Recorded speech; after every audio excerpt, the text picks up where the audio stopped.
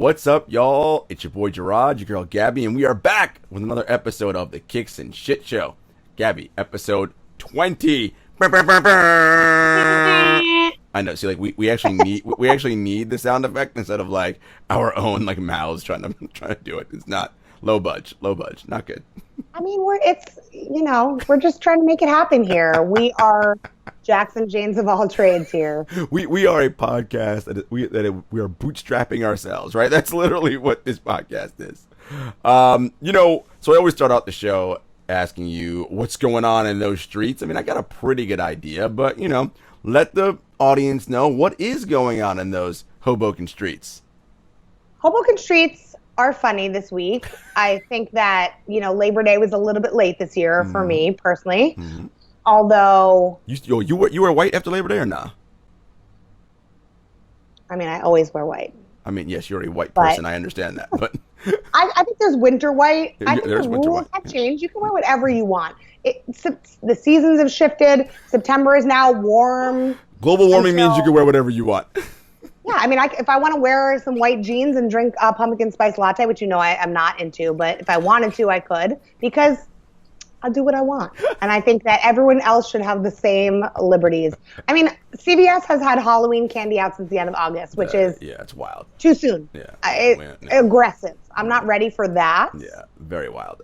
But yeah, got a little tan this weekend. Yes, you were out there. Well, I don't want to say what you were, but you were out in the streets. Social distance, of course, not gathering with large groups, but you were out taking care of yourself, getting a little R&R. It's important that we recharge ourselves because, look, we're heading into, it's like we're getting ready. It's that fourth quarter, right? It's almost here, right? It's like October 1 starts Q4. I know people are like, it's just September, right? Look, it's September. It's October 1 will be here before you know it. So we're all gearing up. Finish the year strong because, dear God, 2020 has been woo. And I feel like we're going into overtime. I hate to say that. I know that's like the famous last words, but everything has been so weird. We got OT. It might be snowy in September. It might be 80 degrees in October. Who knows? But I love how you know the rules, right? When you're at a gate, do not. It's like on press row. Shout out to my guy Vincent Davis who works for the Amsterdam News. He'll look at me, Jarod, overtime, and I'm like, Vince, and without fail, we go into OT. And a little inside, little behind the curtain for you guys. Look, we love sports, which is why we do what we do. But overtime makes our job just that much harder because now game ends later, which means we have to file later, which means we have to get on the train later, and we get home. Right? It's all these things that just push our overall timeline back. And man, you ever been like a double or triple OT game? It's like, please just end now. One of the first games I actually ever worked for the Knicks was triple OT. And you were like, what the? I mean, on my birthday for the Mets last year, I took a few friends to the Mets game. 14 innings, Jarod. 14 innings. It was basically 2 games. I will say, though, shouts to the Mets for hooking up their employees whenever we have tickets. We get certain privileges and access, which is amazing, meaning that the bar does not close. So my friends were a little bit more tipsy than pretty much everybody else who got to see a doubleheader compressed into one. They were saucy. Well, it's interesting. Speaking of sauce, like that's what we call a transition. Too much segue. Sauce. we often talk about on the show. And you didn't ask how I was doing. I'll just tell you, I'm doing fine. We're just. You make me sound like a bad person. I just want to say for everybody that is listening and watching, I did ask Jarod how he was doing today. And I asked him before the show, and I've asked him throughout the day, and I ask him pretty much every day. So you do. My beef for dropping the ball. I'm just tired from this OT. No. How are you, Jarod? Lovely. No, I'm good. I'm summer's over, but of course it's been a weird summer just because of everything, and we're embarking on the fall. As I said, Q4, and 2020 has been a year, right? No one can say otherwise. But in many ways, hopefully we've all learned some things about ourselves, and I know I definitely have, and I hope the collective we learn stuff about each other, and we can, just collectively realize, hey man, if we want to live better, we all got to do better, right? That's how this works. We all do better, it'll be better. But I'd mentioned sauce before. Collabs, Gabby. Collabs are something really interesting. Matt Powell, who works for Footwear News, cites this often. He says, the collabs are what everyone sort of clamors to, and that's what gets all the press and the coverage and all the chatter online in social media. But as you and I know, only a handful of people actually get them, right? And they aren't the things that actually sell the most, right? Like if you are Nike, we know it's all about that tan June, baby, right? Like that's just the nature of how that works. But collabs are fun and are cool, and you know, we of course know your story about the Chunky Dunks, the Grateful Dead SB Dunks, which we know we previewed them a few episodes ago. Not our taste for either of us, but if you're a Dead fan, really cool shoes to get. We know that Jordan, the Fragment 3s are coming out soon. That's a nice little collab. Of course, the Dior's we talked about ad nauseum, but you know they're expensive, so ain't nobody getting those. What are some things that you'd like to see more of from collabs, Gabby? Besides, like, we need more than the same 10 people getting them. I mean, that's the obvious one. Yeah, I definitely agree with that. I think we are overdue for another Cause collection. I mean, I'm rocking my Cause sweatshirt today. They're one of my favorite street artists.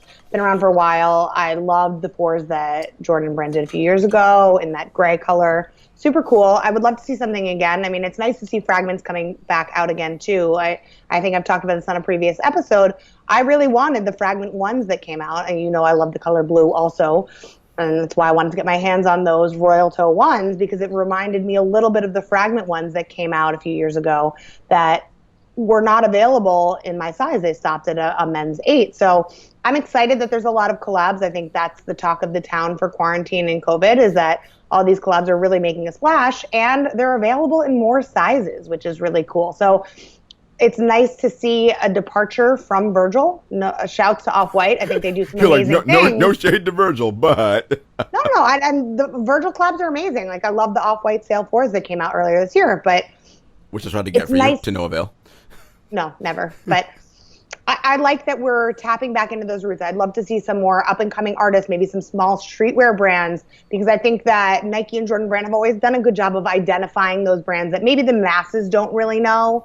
But obviously this year has been more about the mass appeal between, to your point, Ben & Jerry's, Dior, even the Virgils at this point. If you don't know who Virgil is, you do, even if you're not a sneakerhead. Right, no because doubt. Enough have come out that people know that that is something that they need to get their hands on. And Travis Scott, like, I think Travis Scott needs to take a vacation. We've had enough Travis Scott collabs. They're great, but like, who else we got, you know? We're all good with the cactus, thank you. Well, you know what's interesting? So when we were at All-Star in Chicago this year, what I liked was that collaboration Jordan Brand did with the local artists and local people in Chicago, right?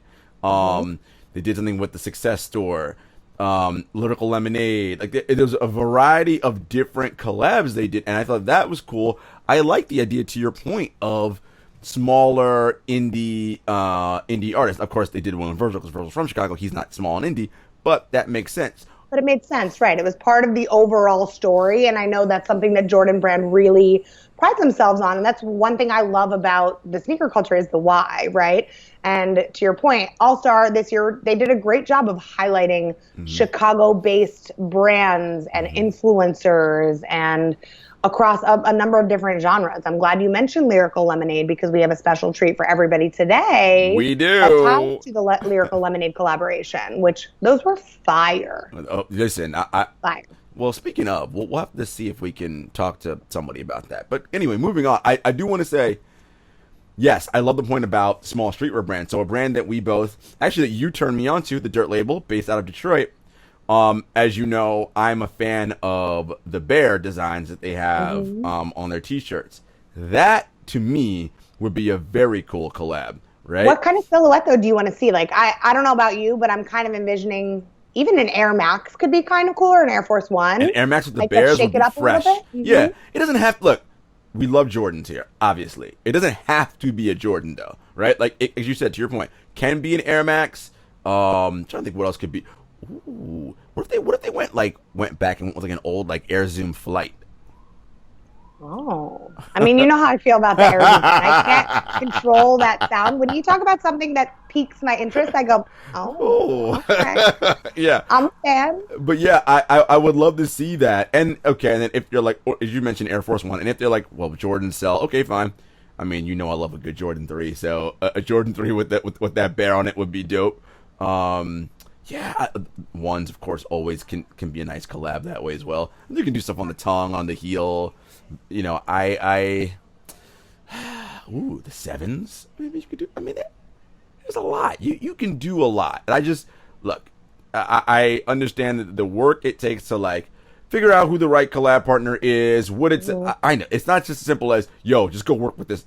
I know that, but I think maybe what if they did like a contest? Like, all right, calling all streetwear brands, and you have to be of a certain size, right? Like, can't have sales more than like whatever, right? So it's a legitimately like a mom and pop shop, and then they throw out their best like design option, and then oh look, you got your hand up, yes. Pick me. You just sparked an idea for me, so I'm hoping our friends over at Nike are watching because I love your idea, and I think what would be really cool for me if Nike and Jordan took the momentum of All-Star, and I know they do this at multiple All-Stars, not just in Chicago, but they did almost like a task, a call to action in, say, 5 to 10 local cities. So as you know, and I talked about in one of our first episodes, one of my favorite pairs of sneakers, I don't wear them anymore, they're just beautiful art at this point, the Nike Sky High Dunks with the wedge in the City Collection. So I think it could be really cool if they take a riff on a City Collection, but do it with streetwear brands, right? Like a Dirt label could be great for Detroit. You know, I'm a big fan of Nolita, aka New York or Nowhere. I would love to see that. Like Air Force Ones or the up-tempos are so indigenous to New York. So like, that would be amazing. You can get the different fonts. I mean, it would be cool to see it in a few different silhouettes, but do it strictly with like the uptown subway lines maybe in there. Yeah, or like when Nike did the Cortezes in the like Compton silhouette a few years back with, you know, the old English kind of font. I thought those were super dope. And even if it's not necessarily a new collab, if it's something that is a retro that's indigenous to a certain area, or a nod to the Wynwood Walls in Miami, if they want to do like a Florida collection, that would be great on a pair of 6s or 7s. Yeah. You know, where they could take and color block in those areas. I like where your head's at. I feel like we might be onto something. So Slides collaboration is number one. If we're talking about collabs, we got to talk about Slides too. All right, I'm down. I like Slides. But I don't know. The City Collection might be onto something. I like your idea, Jarod. All right, Nike and Jordan Brand, you know who this is, and y'all know where to find us, so we'll be in touch. And really quick before we wrap the segment, I also, as you know, I've sort of slowly started my comeback into the golf game. We talked about Puma. Me wearing some Puma golf stuff last week. Nike has a new Winging It collection coming for the U.S. Open. They'll be out for Nike members on the 12th, I believe, of this month. So, you know, I may have to, I mean, look, as I always say, if your golf game is going to be trash, at least you got to look fly when you're out there. So, you know, I got to make sure that Yeah, I like it. I told you, I don't even really golf, but I would rock a pair of Air Max golf shoes to Top Golf. Have a nice little Arnold Palmer floater, maybe. I see what you did there. That they have an Air Max in that Winging It collection that looks the Air Max one that is looks amazing. Really nice. Yeah, so you might even just wear them just because. Anyway, folks, we did mention Lyrical Lemonade. I don't know. That's all I'm going to tell you. But anyway, we'll be back with a special guest connected to Lyrical Lemonade. We'll see you guys soon. Peace. What's up, guys? Your boy Jarod, your girl Gabby. We're back, but we are not alone. We are joined by sneaker enthusiasts, creative, all-around badass female, Tara Carsner. Tara, how are you? Hey, I'm great. Thank you so much for having me today. Well, thank you for joining us. I have to say straight off the bat that obviously you know Gabby, but my intro to you was, and what you do was at All-Star Chicago. And I feel like every time we mention All-Star Chicago on this show, people are like, oh my God, not another effing All-Star Chicago story. Well, but, it was epic, and it was the last time we were outside. Well, so. It was there an you go. weekend. It was an epic weekend, and literally the last time we were outside, right? Like, but you were part of the festivity. I'm not gonna get into that right now. We'll delay the audience on what that was. But it was a very cool. To me, and this is not just because you're here, it was the best setup, collaboration, everything at All-Star, in my opinion. And there were some dope ones. No shade to Virgil and everybody else. But like, I was like, whoa, this is. So kudos to you. Thank you so much. The team that I worked with, and we'll dive into it later, they're amazing. So I like to surround myself with some really dope creatives, and they always just go above and beyond. And it was so exciting to see it all come to life, and people like you get to enjoy it firsthand. Well, thank you. And so let's start with your journey. I build you as a sneaker enthusiast and creative. So your job and what you do is so unique, and I'm sure people are going to be so interested in that. But where did sort of your love for sneakers, streetwear, fashion, how did all that begin?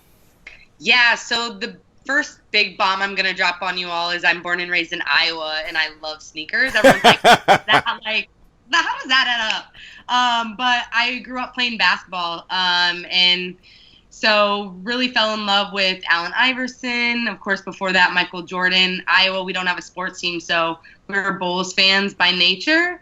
And so just fell in love with shoes that way.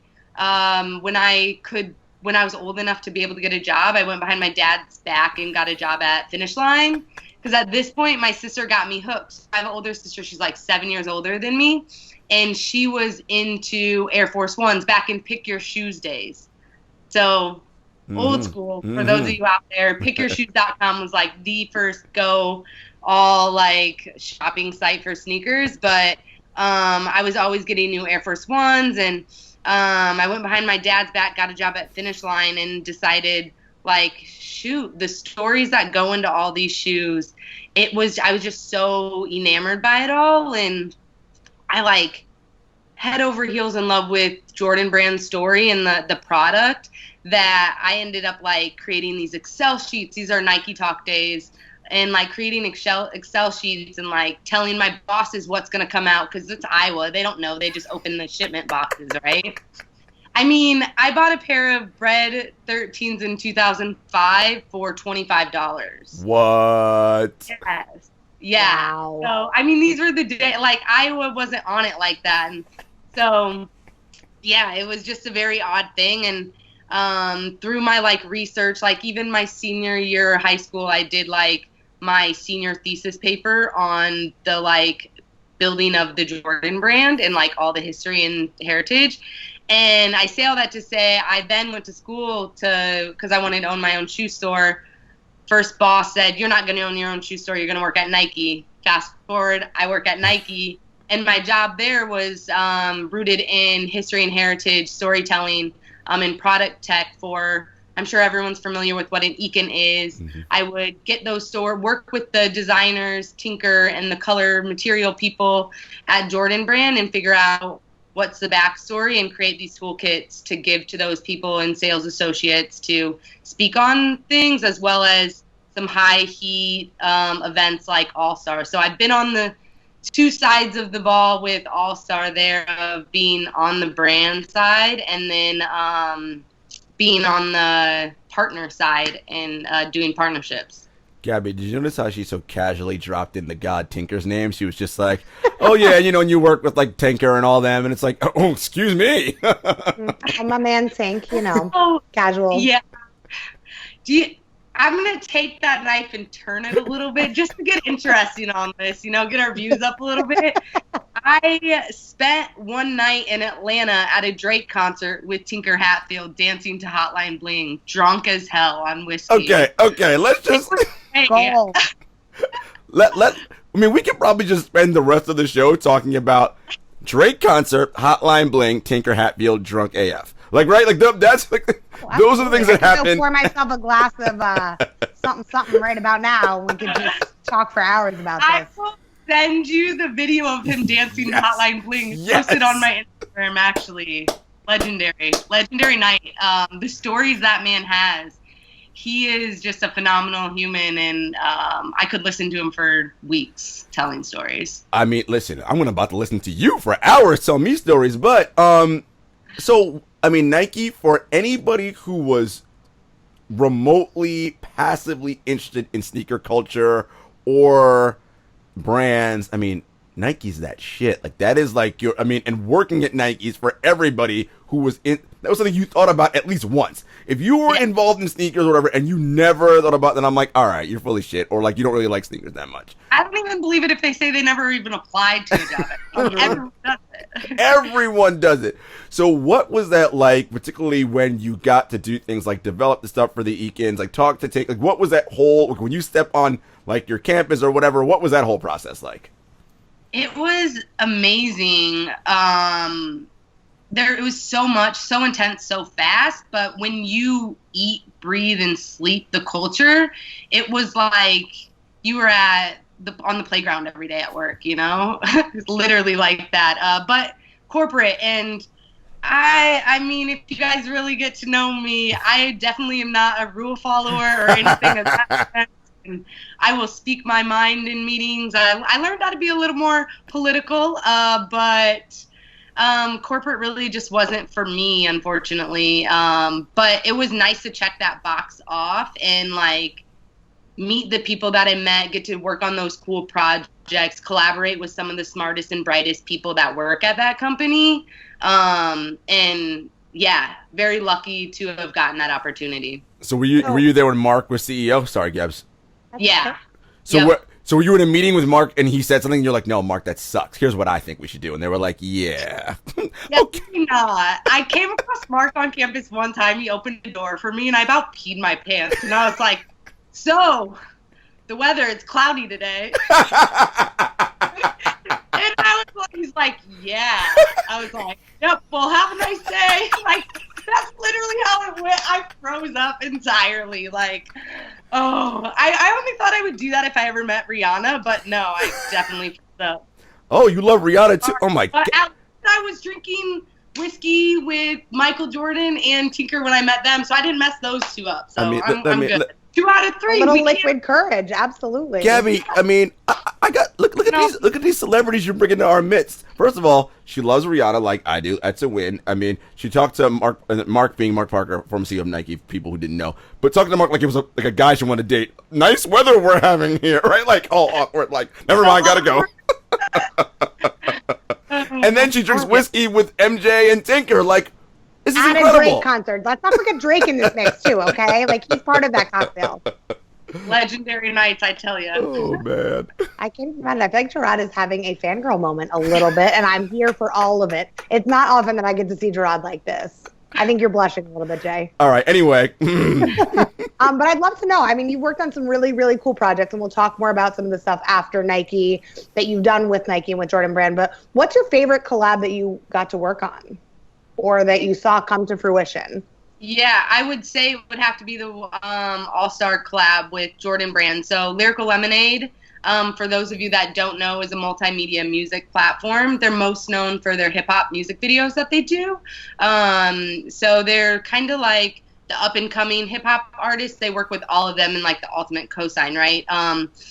They wanted to, I do all their partnerships. They wanted to do something with Jordan Brand. So it took about 2 years to come to life. We were going to do something sooner and it just didn't feel right. We were rushing it and it was great because it ended up being the perfect moment. So we did She got goodies. She's got goodies. Yeah. Goodies. I got the goodies. So fresh. 720. So as you guys may or may not know, I know the sneaker world out there is like, well, why didn't you do the AJ1 and everything, right? Like, it just doesn't work like that, guys. Mm-hmm. You don't get the retro off the jump. And so it was really cool to take a unique silhouette like that and make it dope. So the upper is inspired by the Ice Blue 8s. And then the rest of the shoe had to showcase the Lines train system in Chicago. So pink, yellow, blue, and we've got a couple other colors snuck in. Oh, nope, they didn't make the final edit. No, on the back we got them. So it was super cool to come to life. And then so we had the shoe and it sold out in 30 seconds. And then on All-Star Sunday, we, at the Jordan Space, did a pop-up concert for the high school kids there, featuring Lil Tecca, JID, and Playboy Cardi. So it was an exciting weekend. I do remember that because that was the Chicago Boys High School Final Four weekend and that whole thing. I mean, listen, those kids all had fresh J's on. I was like, man, this is the jam. And as everyone knows on this show, Gabby, I tried to get you to get in line on the Sneakers app to get your hands on some of that merch. Didn't quite work out, but I tried. I did my best. I did get a can of lemonade though, which was very delicious. I could see them hiding in the back there. I loved how immersive everything that Lyrical Lemonade collab had. Everything, you felt the collection through it, from the drink to the shoe to even the decor at the pop-up event, which was really, really dope. I think one of the big things, Tara, is you talked about it didn't feel right, like trying to rush it to do it initially. Give the audience like sort of like a little bit behind the scenes on like the process and what it takes to actually have a collaboration, right? Like it's not, you don't just be like, all right, let me get that AJ one. No. It's not like it doesn't go, as you said, it doesn't work that way. There is a lot of back and forth, give and take. Walk us through a little bit of like that process of, and then when you know, it just feels right, like in the moment, right? Like, that's it, versus we have to rush to meet this deadline. Yeah, so I take a really interesting approach to things because so now I do brand consulting and I'm a strategist and do partnerships, and my approach on things is making sure that it's authentic to the consumer. And so a lot of my clients look to me to identify those key moments and find the right partners that really make sense for them. So we've been approached by other brands, but they didn't feel right. Like Lyrical Lemonade is a powerhouse in Chicago, so why not tie up with a powerhouse brand that was built in Chicago, like Jordan Brand, right? So they told me they were interested in doing a partnership and had some friends obviously over there and called a meeting, and they're like, yeah, I've never heard of Cole Bennett and Lyrical Lemonade, tell me more. And they were just like, why don't I know about this? Like now they have 15 million subs on YouTube, and even back then I think they had maybe 12 million, so that's huge. So for brands not to know they exist was really interesting. So we had to sell it into them to like, hey, this is a partner you should be working with, here's the metrics and why to partner with them. And then back and forth conversations of what's the right moment. We were constantly pitching different ideas to them.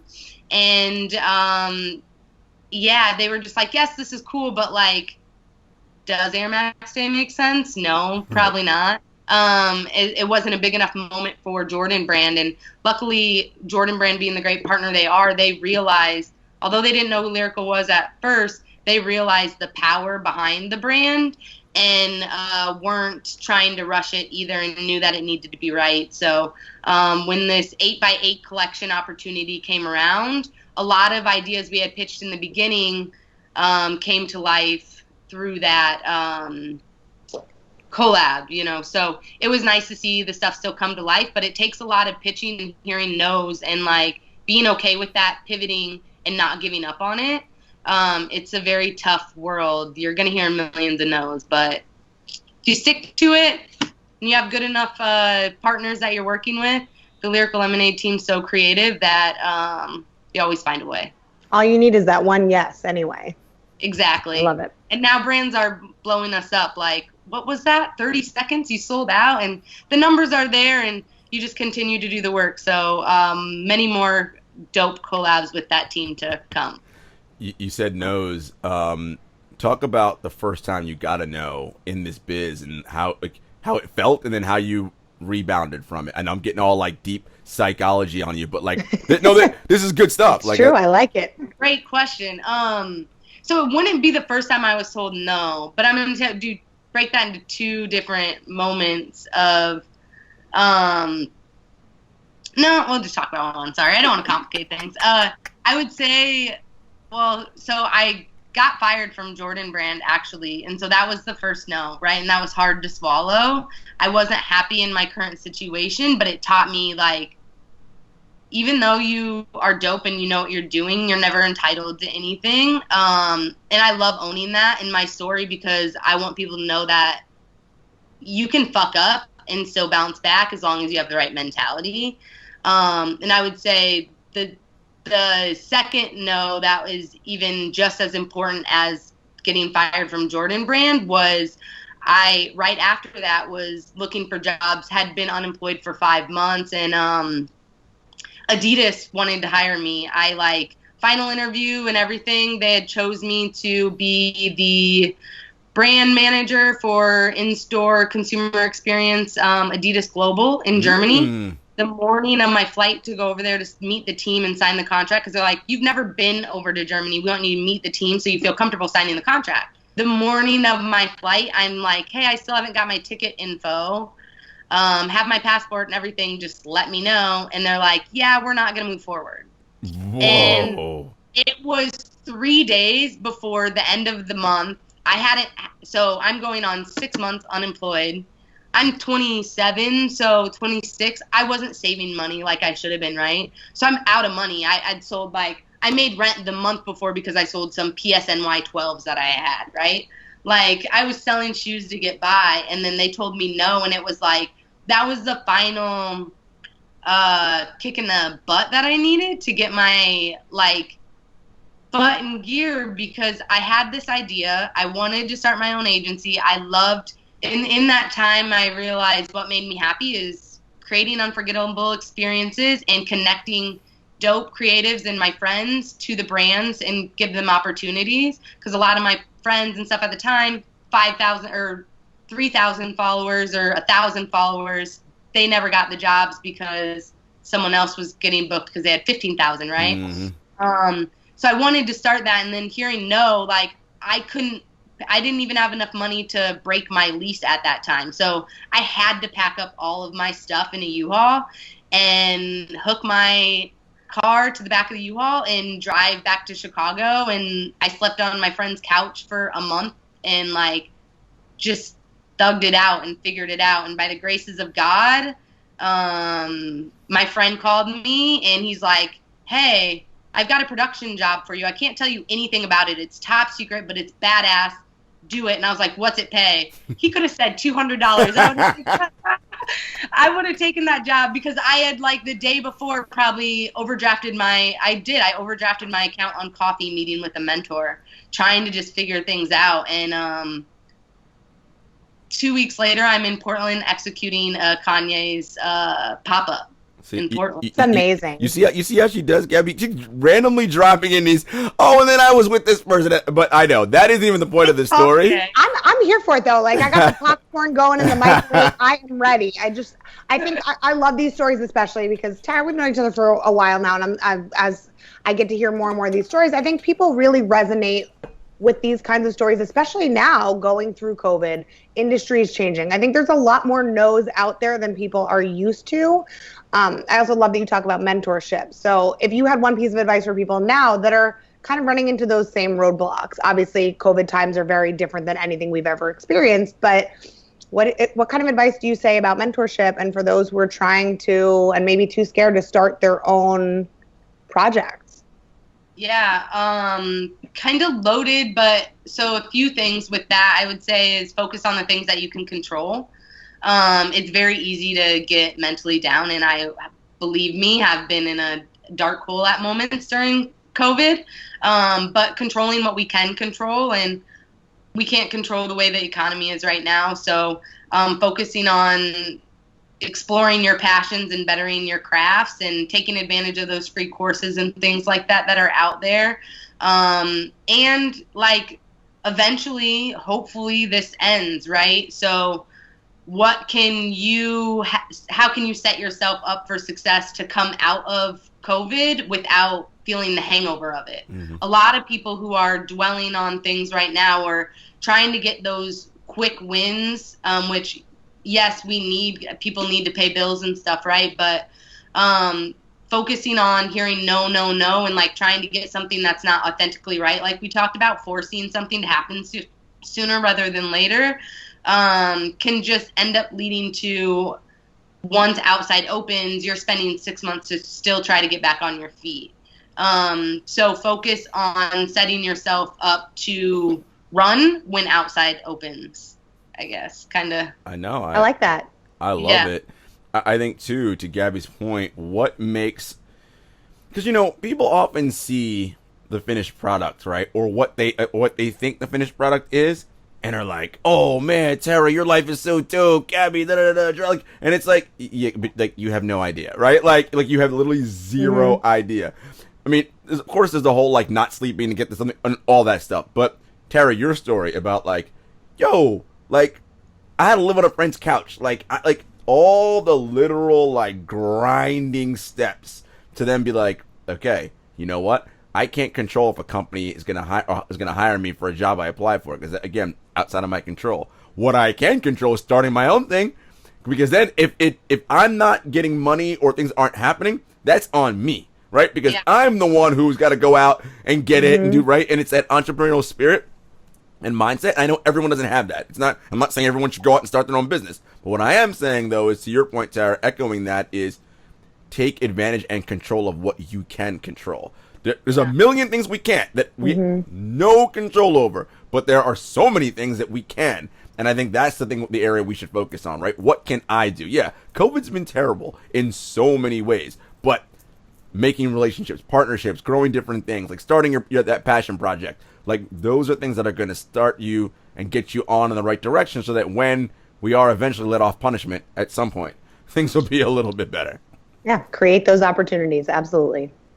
This is so fun. I think I'm going to do next segment. I want to hear more stories about like Drake concerts, whiskey, like I that. would say, should I pour a glass of tequila? I got a little mezcal in the fridge. That's the fun stuff. Maybe she'll show us some shoes, and I'm definitely going to talk about that shelf behind her with all the artwork on it. There's like a lot happening over there. But stay tuned, guys. We'll be back. What's up, y'all? We are back, and we're hanging with our girl, Tara. Tara, before you got on, Gabby and I were talking about collabs and, sneakers, as you know, it's not just footwear. Like, obviously, of course, I want some shit on my feet so I don't cut them on glass when I go outside. But they are also, they're fashion, right? It's artwork, right? To quote Devil Wears Prada, like, it's a piece of iconography, right, that you wear. It's wonderful in that way. And I know you like looking at beautiful things as well, and you have so many interesting, pretty things on the back of that shelf over there. All sorts of cool figurines and like artwork. So when you see cool pieces, or just what is it that gets you like, all right, gotta have this.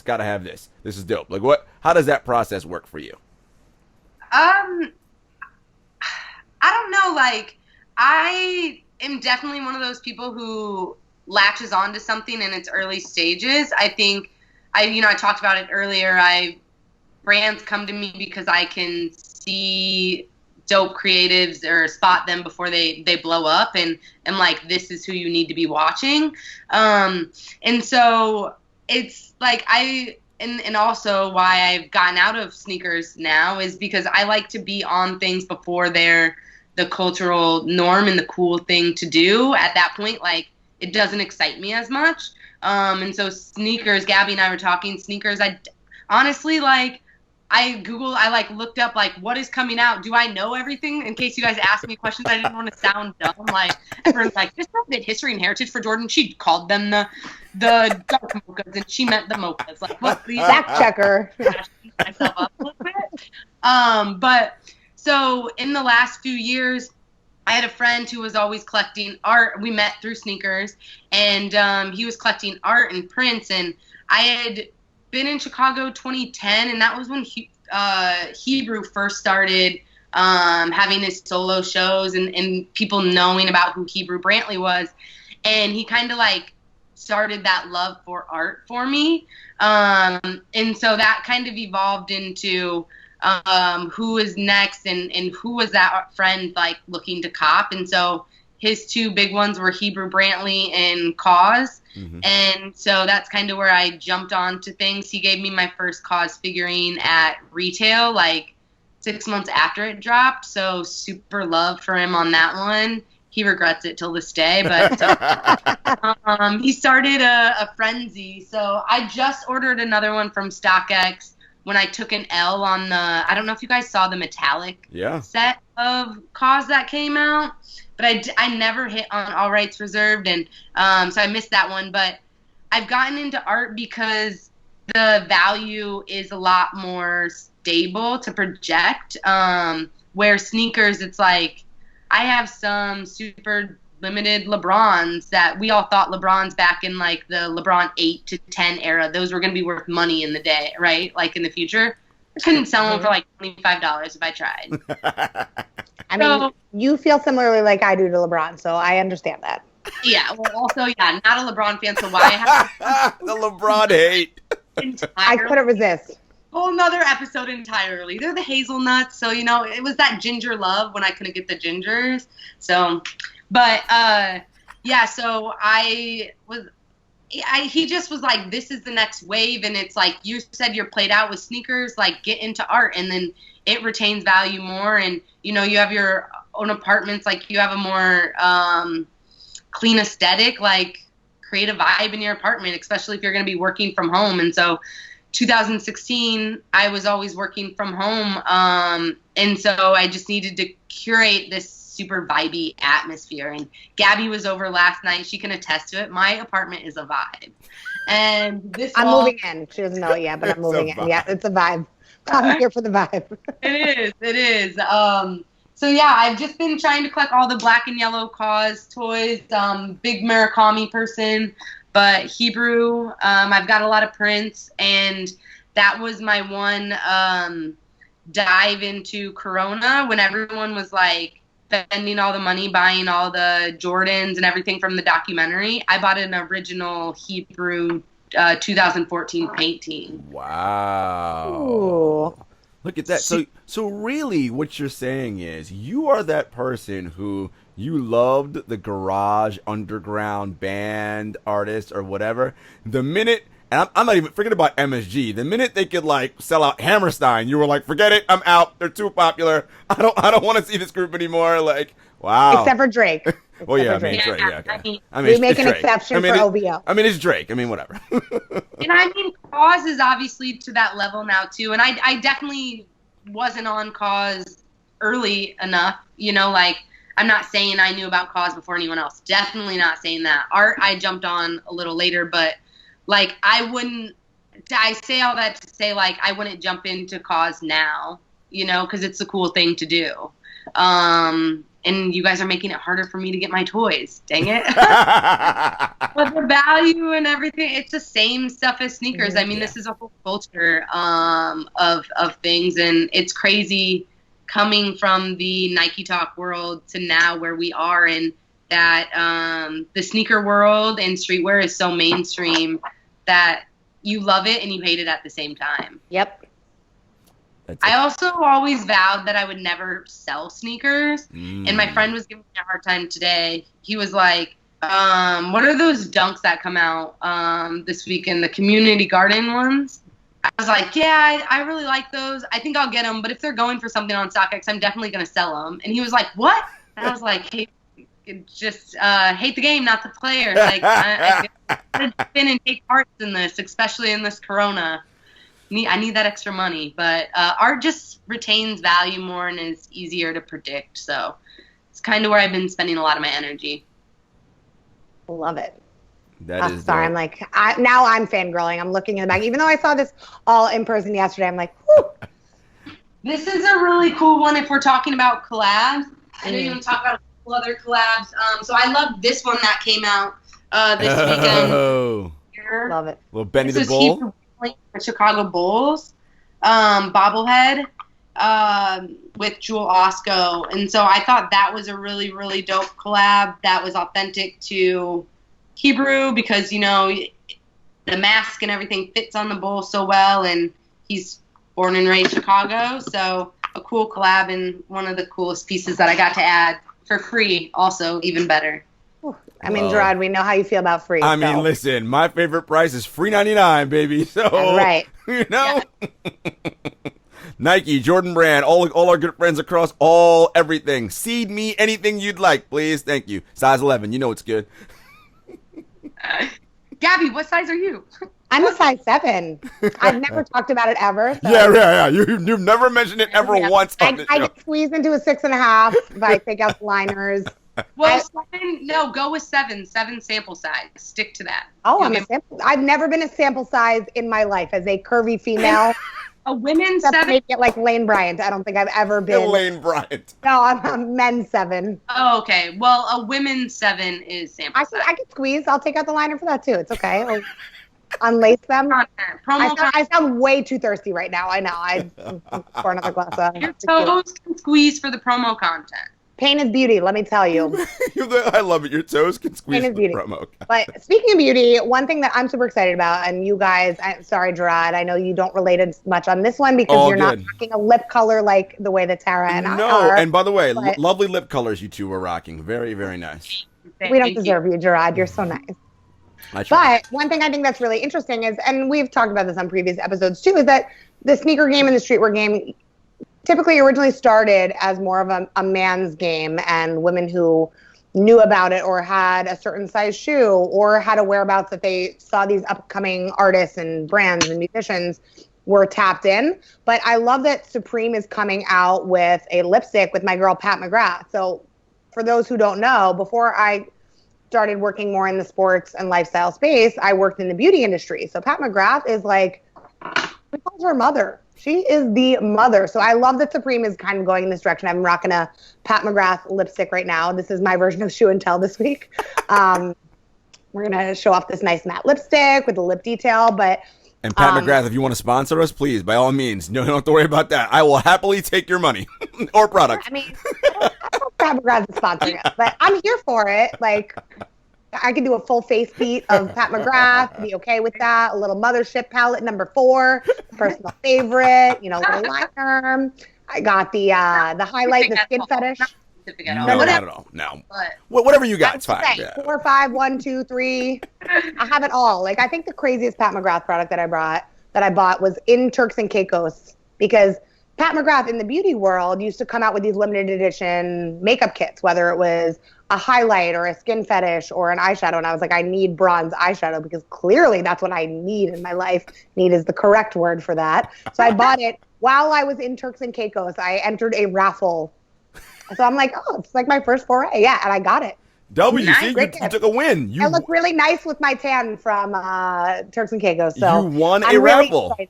Yeah, shocking, right? That was many years ago. But I'm really personally excited that this collab is coming out. I even seeing it on some of the more mainstream sites like L.com. I don't think they've ever covered Supreme. So that's fascinating to me. But what do you think about it as a girl who's into lip colors, but also these up and coming collabs? Yeah, I love it. I think Supreme does accessories flawlessly. Remember a few years ago when they had a brick and it sold for like all that money, and it was just like, what? They're just always constantly thinking about something different. So I love that, and I was so excited to see that. I instantly posted it. I need that, and I need the Chucky doll, but also I don't follow it. So have either of them come out yet? The Chucky doll. The lipstick actually comes out, because I thought originally it was coming out last week. It comes out tomorrow. So this episode will have aired, and hopefully one of us, if not both of us, have gotten our hands on it. All right. Well, prayers to the Pat McGrath gods. I might instantly go to StockX if I get an L and try to buy it, because I think it probably shouldn't go up that much. And I hope not. I'm going to do it. I think they're flawless on it. And I also just love how smart they are with their accessories and partnerships. Like you said, they didn't just jump and partner with MAC. Like, I don't know beauty, so I would have been like, let me do MAC. Like, that seems like an important brand, right? I don't know. And they were like, who is one of the first people, like they are one of the first people in streetwear that established themselves on those levels. So aligning themselves with the right partners, I feel like they've always done a great job at. So sorry, I geek out on partnerships on a little deeper level. I respect it. We love it. The red, cool, it's pretty, great packaging. But no, I like it on a deeper level too. Super excited for that. Listen, I mean, they don't make any men accessory things that are anywhere near as cool. Because what do I have? I have like face wash. I mean, what kind of Oreos? I guess Oreos are unisex. What kind of collab I gotta do with a face wash? But anyway, no, they did nunchucks once, didn't they? Nunchucks. I mean, if I was a 22-year-old boy, I might want nunchucks, but no. Like, what am I gonna do with nunchucks? Like, what? I mean, Jarod, it's hard out in these streets. If you're gonna have nunchucks, get Supreme. Let me tell you. I mean, you're right. I might need them. Real. I might need them to protect myself. Protect yourself from those hype beasts out there, Jarod. Listen, hype beasts are serious. I only have one Supreme collab, and it's a jam. And it says, "Don't ask me for shit." I like that. I love that. Yeah. Wait, you had the Oreos though at one point, didn't you? Or did? Oh shoot! Yeah, I did have that. Or did you eat them? Could you eat them? No, I probably should. What? They're red Oreos. I don't know that. I don't know. You're like, where are they? I know where they are. They're in my sneaker room, but that's a whole nother. Okay. Mine are sitting in the lap of my Cause Uniqlo Elmo right now. It's like Elmo's hungry, so he's got the Supreme Oreos as a snack. I like that. I think they need to find a place on here. Right? To be continued. I'll find that, or maybe next to my Travis Scott Reese's Puffs up here. On this corner. Oh, Casual. Casual. listen. I've got some other stuff over here. She has so much heat over there, folks. I mean, it's just look. She's looking right now. Wait, hold on. Let me see what other kind of goodies. Like really cool random gems. Oh, I gotta grab the Patrick Ewing for Gabby. Oh, You already know. Yes. My uncle found these at a garage sale. But I was grabbing. Amazing. I've got all these little trinkets. Oh, I and stuff. love it. Oreos I'm can getting definitely close find. to this. You know what'd be really cool? Oh, I love the. That's nice. Roger. I love it. You know what'd be really cool is if they had a Space Jam version of those. If it was like Ewing as the Monstar, the bobblehead, right, Jarod? Your favorite movie? Oh, I love Space Jam so much. It's so wonderful. It's the best movie ever. I do. I have some of the Monstars stuffed animals. I mean, we've discussed this, Gabby. I was outside of the Jarod, target how do you range. feel about for Space Jam? Go ahead. No, I was outside of the target range, but I can't believe this. When she told me that, I was like, "There's no way." no, why would I? It was a children's movie. What year did that movie come out? Irrelevant. I watched it as the first movie on quarantine. 96. Yeah. Come on, ride the train. Choo choo. I rode that train. Senior in Space high Jam school, right? Getting ready to go to college. It came out in the summertime. I took myself way too seriously to be watching Space Jam. What about now, Jarod? You could still go back and watch I mean, it. I will say now I don't take myself nearly as seriously, so I'll be like, oh, Space Jam might be cool. So we'll see. You know, maybe we'll do a K&S Space Jam watch party, and I'll give my full review on what I think. Oh, of the I'm movie. here for that. I feel like that's a YouTube exclusive waiting to happen. Well, you know what we're ready for now. The version 1 versus version 2, and why version 1 is 80 times better than version 2. See, this is why Tara and But I Tara, get along. you haven't We even already seen know. you haven't even seen version 2 yet. How do you know? You know, It has LeBron in it. Oh, listen. Listen. and also, in true LeBron fashion, you know Jordan wouldn't have hyped that damn movie up for 2 years. Like, they have been talking about this movie for, I don't even know how long. Like, You know what's so funny? came out in Brooklyn last year. Count over here, so you don't even want to start that. You know what's so funny? I'm not even a LeBron guy, but your hatred toward him is now forcing me to have to defend him for no reason. It's much like how I would do the thing like with Kobe. It was like, no, come on, like he's not like I would like, because you know I properly contextualize Kobe as a basketball player, right? Like from a pure basketball standpoint. But then you have the dudes who were like, no, he's great, and I'm like, guys, come on. But then the people who were like, oh no, he's trash. He's like, Shaq was the reason why he got all those titles, whatever. And I'm like, all right, guys. Then I have to be the Kobe defender. I'm like, he's not trash. Like, let's, So I'm always forced into these roles where I'm defending people who I'm like, okay, let's be honest about it. But that's fine. Your LeBron hate is what it is. His athletic ability, his talent, he's amazing. I'm not knocking any of that. I just don't. You don't rock. You don't rock with him. That's cool. We all right with that. But you know what we do rock with? America's favorite segment, Shoe and Tell. That's what All of America. All of America loves Shoe. Actually, the world might like Shoe and Tell. Now that I think about it. I think so. Yeah. You stay classy. World. Stay classy, world. Anyway, this is as this whole segment has been all about the ladies. This is your show. So whomever would like to go first and show a shoe. Oh no, this is all Tara today. Oh well, it's okay. Yeah. It's all you. So I don't know how well this will show on the cameras. And first of all, I need to make a statement. I am not an AJ1 mid ambassador. I am anti AJ1 mids. Oh, interesting. Wait. Wait. How How do you feel about AJ1 lows? There's a few colors I rock with. It depends on the material execution. All right. Okay. And it's got to be like classic colorway. Okay. Like it can't be some 2.0 version of a colorway. Okay. All right. Like red or royal, I'll do. Although my friend who's gonna watch this is gonna roast me for that. I wore royal lows last week, and he's like, "Just whatever you do today, don't wear those royal lows." Whatever. You're like, wearing them, great. But so the first one I want to show is a tie back to what I used to do at Jordan Brand and why I love the sneaker industry, is the storytelling. So this shoe is actually a like friends and family only type thing. I think we released maybe 50 of them at All Star New York at the 166 Flatbush location. So it's lasered in here, and so that's why we had to do the one, because the materials on the hide didn't take the laser. So this was one of my very first projects, actually my first project working at World Headquarters. I led that shop with a super dope team, an agency, to bring that experience to life. But it's lasered, etching, a bunch of icons like the classic laser collab, but we updated it using a New York artist, and an evolution of the brand. So it celebrated the 30th anniversary. So you'll see, maybe you might be able to, but there's like a Jeter logo in there and things like that. So a really unique gem that definitely, if you run across, people are going to be like, that's garbage and means nothing.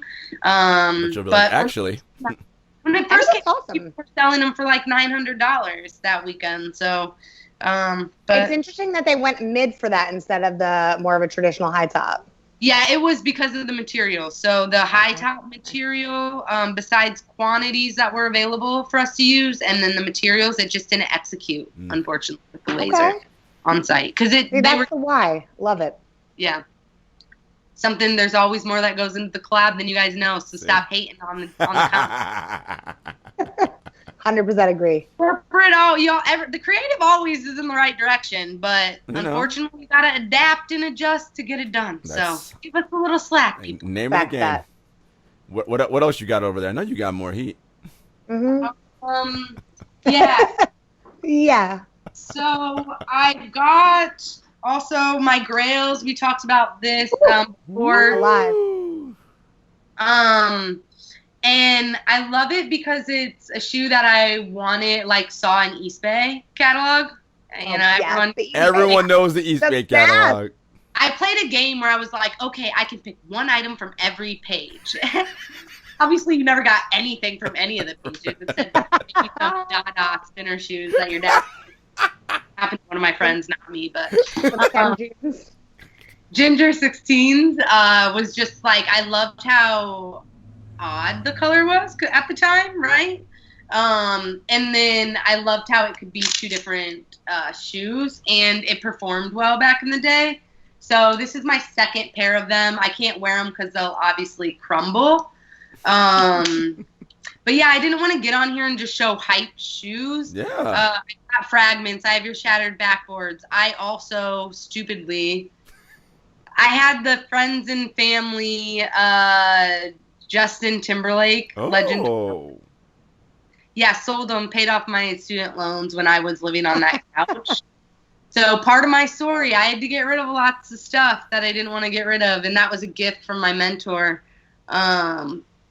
And if I had it right now, I could probably sell it and buy a lot of things. I don't know, a lot of things. A lot more than I sold it for, but we won't go into that. But yeah, I love the Ginger 16, and it's like my favorite just because no one else says it's their favorite. Right. Yeah, I love that.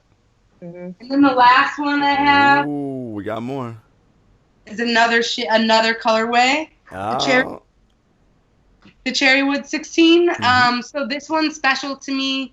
Obviously I tried to wear it, and so it crumbled. So any shoe restore people that want to collab, hit their DMs, let me know. Okay, I got a spot for you in Jersey City, girl. But the midsole, crumbling midsole, they can do all that? I mean, we can ask them.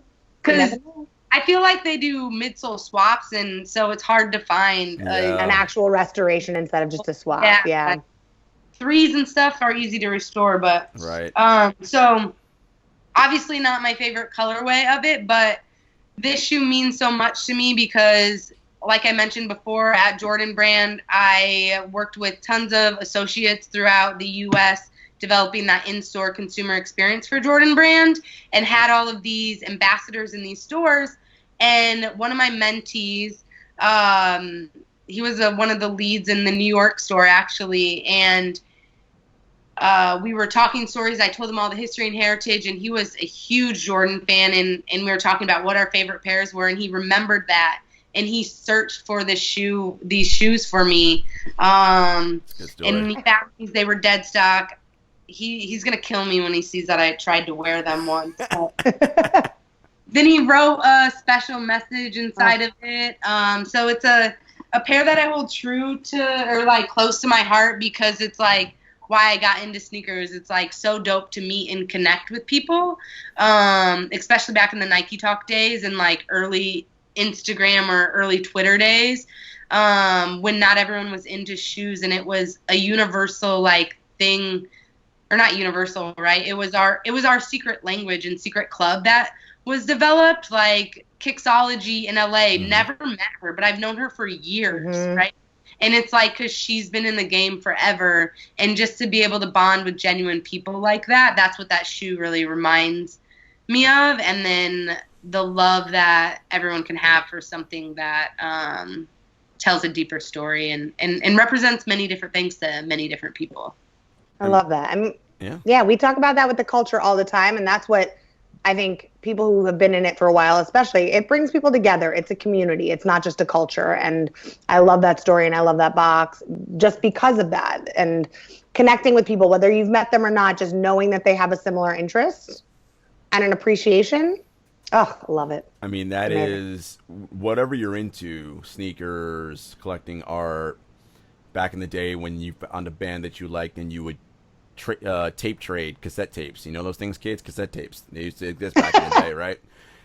It was about, yes, of course, you loved the music and whatever it was, but it was also about the relationships you form with the various people in the community that you were in. Like, that is why we do things. It's that is the connective tissue. It's the relationship we have with each other. Like, that is what makes this sometimes wonderful but often terrible world go round, right? Like, that's what we need, and it's a beautiful thing. Tara, this was beyond awesome. Tell the people where they can find you. Find me on Instagram at Koppelman Rockham. Also selling like half of my collection, 150 pairs. So check them out. I'm a 6 youth to 7.5 men's. I'm actually 7, but I was thirsty back in the day or something. I don't know. But I got some gems on there. You can find them at Koppelman Rockham Closet. It's also linked to my direct page, and then you can follow my business page at Hometeam. Hometeam Shy, but all linked in my Koppelman Rockham Instagram. This was amazing. We really enjoyed this conversation. We're going to talk offline now about Drake and whiskey and Tinker and all the fun stuff. Sorry, guys. Maybe that'll be like a special, like, Patreon or whatever. Pay us money, and we'll let you in on that part. We'll see. It's gonna go on our OnlyFans page. Oh, I was just kicks and shit. I was just gonna say OnlyFans, and I was like, what's that? It's okay. It's not just nudity on OnlyFans, guys. That's what the kids tell me. I'm a little old. It is evolving. Well, as always, folks, thank you for rocking with the Kicks and Shit Show. You know where to find us: Apple Podcasts, Spotify, SoundCloud, Stitcher, YouTube. At Kicks and Shit Show on all of your favorite social media platforms. And we'll see you guys next week. Peace.